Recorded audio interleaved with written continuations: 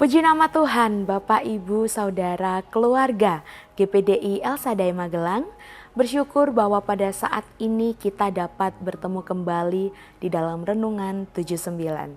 Mari terus mengalami pertumbuhan dengan Tuhan dalam 365 hari yang mengubahkan hidup Anda. Rise up, bangkit, bergerak, berdampak. Baik, puji nama Tuhan Bapak Ibu Saudara, kita akan kembali bersama-sama merenungkan sebagian dari kebenaran firman Tuhan yang pada saat ini terdapat di dalam kitab Kejadian, pasalnya yang ke-47, dan saya mengambil satu ayat, yaitu di ayatnya yang ke-25. Baik, mari kita melihat bersama-sama dan saya akan membacakannya untuk kita semua. Lalu berkatalah mereka, "Engkau telah memelihara hidup kami, asal kiranya kami mendapat kasih. Tuanku, biarlah kami menjadi hamba kepada Firaun." Ya, puji nama Tuhan Bapak Ibu. Kita telah melihat bersama-sama di dalam ayat yang ke-25. Di dalam pasal ini adalah peristiwa bagaimana terjadi saat kelaparan hebat yang melanda Mesir dan daerah sekitarnya. Yusuf yang telah diangkat menjadi penguasa oleh Firaun bertanggung jawab atas penyediaan makanan. Nah, karena kelaparan yang berkepanjangan, yang berkelanjutan, akhirnya rakyat Mesir menjual harta benda mereka, tanah mereka, dan akhirnya diri mereka sendiri kepada Firaun untuk mendapatkan makanan. Nah, meskipun ya banyak hal mereka kehilangan harta mereka, harga diri mereka, tetapi di sini mereka mengakui bahwa Yusuf telah menyelamatkan kehidupan mereka, dan ini juga menunjukkan bagaimana sikap hati yang terus bersyukur meskipun dalam keadaan yang sulit. Dan di dalam ayat ini kita dapat melihat bersama-sama, belajar bagaimana prinsip penting tentang bersyukur di dalam segala keadaan.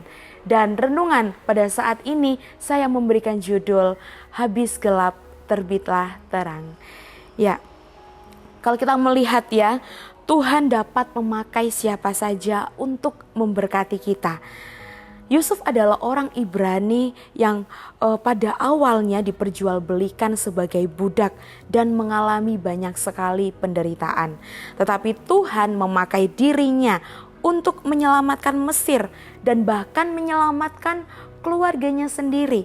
Ya, kalau kita melihat bagaimana ketika Yusuf mengalami penderitaan sebelum mencapai di posisinya yang tertinggi nomor 2 di Mesir, Yusuf dijual oleh saudara-saudaranya. Lalu difitnah oleh istri Potifar dan ditambah dengan dipenjara. Tetapi dalam semua proses yang dialami oleh Yusuf, ternyata Tuhan tetap bekerja dalam kehidupan Yusuf dan akhirnya menjadikan Yusuf sebagai alatnya untuk menyelamatkan banyak orang. Seringkali di dalam setiap kehidupan kita juga kita mengharapkan pertolongan dari banyak sumber. Tetapi Tuhan bisa memakai siapa saja untuk menolong setiap kehidupan kita. Mungkin bahkan pertolongan yang bisa datangnya dari seseorang yang sebelumnya tidak sesuai dengan perkiraan kita, atau mungkin seseorang yang tidak kita sukai, atau mungkin yang terlihat dari jasmani tampak buruk, tetapi melalui mereka ternyata Tuhan dapat memakai kehidupan mereka untuk menjadi berkat, untuk dapat menolong setiap kehidupan kita keluar dari masa kesusahan. Bukan berarti kita harus terus bergantung kepada manusia, tetapi ketika kita berserah kepada Tuhan, maka Tuhan menunjukkan setiap jalan-jalannya dalam kehidupan kita.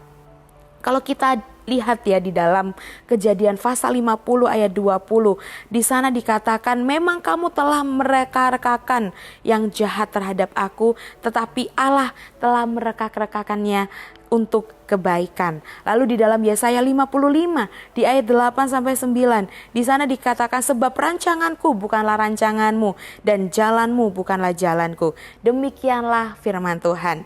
Jadi jangan pernah membatasi cara Tuhan untuk bekerja dalam setiap kehidupan kita, karena Tuhan dapat memakai siapapun untuk menolong setiap kehidupan kita. Baik, lalu yang selanjutnya kita harus bersyukur dalam segala hal. Ketika rakyat Mesir, bangsa Mesir mulai kehilangan harta mereka, tetapi di sini mereka tetap bersyukur karena nyawa mereka dapat diselamatkan. Ketika bangsa Mesir mereka mulai tidak berfokus tentang apalagi dalam setiap kehidupan mereka yang hilang, tetapi pada kenyataannya mereka bersyukur bahwa hidup mereka masih bisa diselamatkan berkat Yusuf. Ini adalah pelajaran penting bagi setiap kehidupan kita ketika kita menghadapi kehilangan atau menghadapi kesulitan. Karena dalam menghadapi kesulitan kita cenderung mengeluh, kita cenderung lari dari masalah. Tetapi firman Tuhan mengajarkan kita untuk selalu bersyukur. Karena di balik sengsara, di balik penderitaan, ketika kita mau menyerahkan semuanya kepada Tuhan, maka akan ada hal-hal baik yang akan kita terima. Maka akan ada janji-janji yang Tuhan berikan, yang Tuhan genapi, diberikan bagi setiap kehidupan kita. Dan rasa syukur itu bukan berarti kita lari dari masalah atau mengabaikan masalah, tetapi kita memilih untuk melihat kebaikan Tuhan di tengah situasi yang sulit yang kita hadapi. Di dalam 1 Tesalonika 5 ayat yang ke-18, di sana dikatakan mengucap syukurlah dalam segala hal. Lalu di dalam Filipi pasal 4 ayat yang ke-6 sampai yang ke-7, janganlah hendaknya kamu khawatir tentang apapun juga, tetapi nyatakanlah dalam segala hal keinginanmu kepada Allah dalam doa dan permohonan dengan ucapan syukur. Jadi saat menghadapi masalah, kita tidak boleh fokus kepada masalah kita saja, tetapi kita harus coba mencari hal-hal yang dapat kita syukuri untuk kita dapat mengalihkan bagaimana masalah itu bisa menjadi intimidasi bagi setiap kehidupan kita, dan kita dapat melihat hal-hal yang baik yang Tuhan berikan bagi kehidupan kita. Lalu yang selanjutnya yaitu ternyata penyediaan Tuhan itu tidak pernah gagal. Tuhan memakai Yusuf untuk menyediakan makanan bagi bangsa Mesir di tengah kelaparan, karena sejak awal Tuhan telah memberikan hikmat kepada Yusuf untuk menyimpan persediaan makanan selama 7 tahun kelimpahan, agar bisa bertahan selama 7 tahun ke depan masa kelaparan. Dan ini menunjukkan bagaimana rencana Tuhan itu adalah rencana yang terbaik bagi setiap umat-umatnya. Mungkin hal-hal yang tidak terduga yang dapat kita terima ternyata Tuhan dapat berikan, Tuhan dapat izinkan bagi setiap umat-umatnya. Tetapi di balik itu semua, Tuhan selalu menyediakan apa yang kita butuhkan. Meskipun caranya tidak sesuai dengan kita harapkan, tetapi itulah yang terbaik bagi kehidupan manusia. Dan kita harus terus percaya bahwa di setiap musim kehidupan, Tuhan tidak pernah membiarkan kita untuk kekurangan. Di dalam Mazmur pasal yang ke-37 ayat yang ke-25, di sana dikatakan, aku muda dan sekarang telah menjadi tua, tetapi tidak pernah kulihat orang benar ditinggalkan atau anak cucunya meminta-minta roti. Lalu di dalam Matius 6 ayat 31, ya di sana dikatakan, sebab itu janganlah kamu khawatir dan berkata, apakah yang akan kami makan, apakah yang akan kami minum. Lalu di ayat yang ke-33, tetapi carilah dahulu kerajaan Allah dan kebenarannya, maka semuanya itu akan ditambahkan kepadamu. Ya, jadi Bapak Ibu jangan pernah takut untuk menghadapi masa depan, karena Tuhan selalu punya cara untuk mencukupi kebutuhan kita. Lalu yang terakhir yaitu kita harus tunduk kepada wewenang, kepada otoritas yang benar. Ketika bangsa Mesir bersedia menjadi hamba Firaun karena mereka melihat bagaimana kepemimpinan dari Yusuf untuk menyelamatkan setiap kehidupan mereka. Mereka mengakui bahwa Yusuf itu telah menyelamatkan mereka sehingga mereka bersedia untuk tunduk kepada Firaun, dan ini menunjukkan bahwa mereka menghargai kepemimpinan yang benar. Ketika Tuhan menetapkan pemimpin untuk kebaikan setiap umat-umatnya, kita harus terus belajar untuk tunduk kepada otoritas yang dipakai Tuhan, baik itu di gereja, di keluarga, ataupun di pemerintahan. Dan ketundukan inilah membawa kita untuk terus maju, membawa kita datang kepada berkat yang telah Allah izinkan dalam setiap kehidupan kita. Di dalam Roma pasal yang ke-13, di ayat yang ke-1 di sana dikatakan, tiap-tiap orang harus takluk kepada pemerintah yang di atasnya, sebab tidak ada pemerintah yang tidak berasal dari Allah.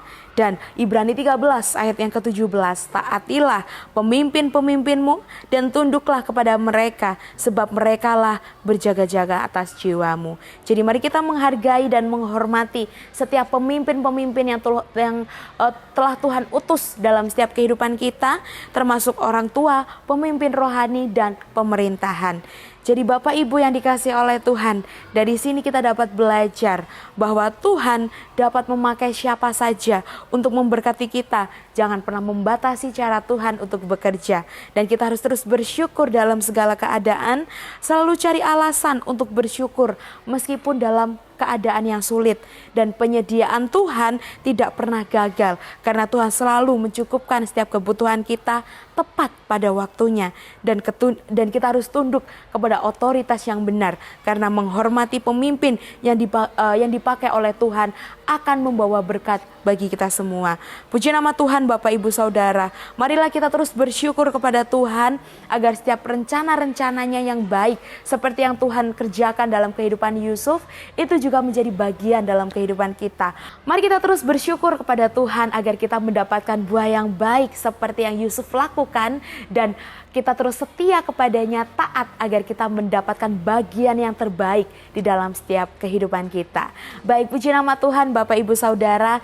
Terima kasih telah mendengarkan Renungan 79, dan kiranya renungan pada saat ini dapat menjadi berkat bagi kita semua. Dan bagi Bapak Ibu Saudara yang ingin didoakan untuk pokok doa tertentu atau menceritakan kesaksian, baik itu mujizat kesembuhan, pemulihan masalah keluarga, dapat disalurkan melalui chat WhatsApp di nomor 081 327 420 088.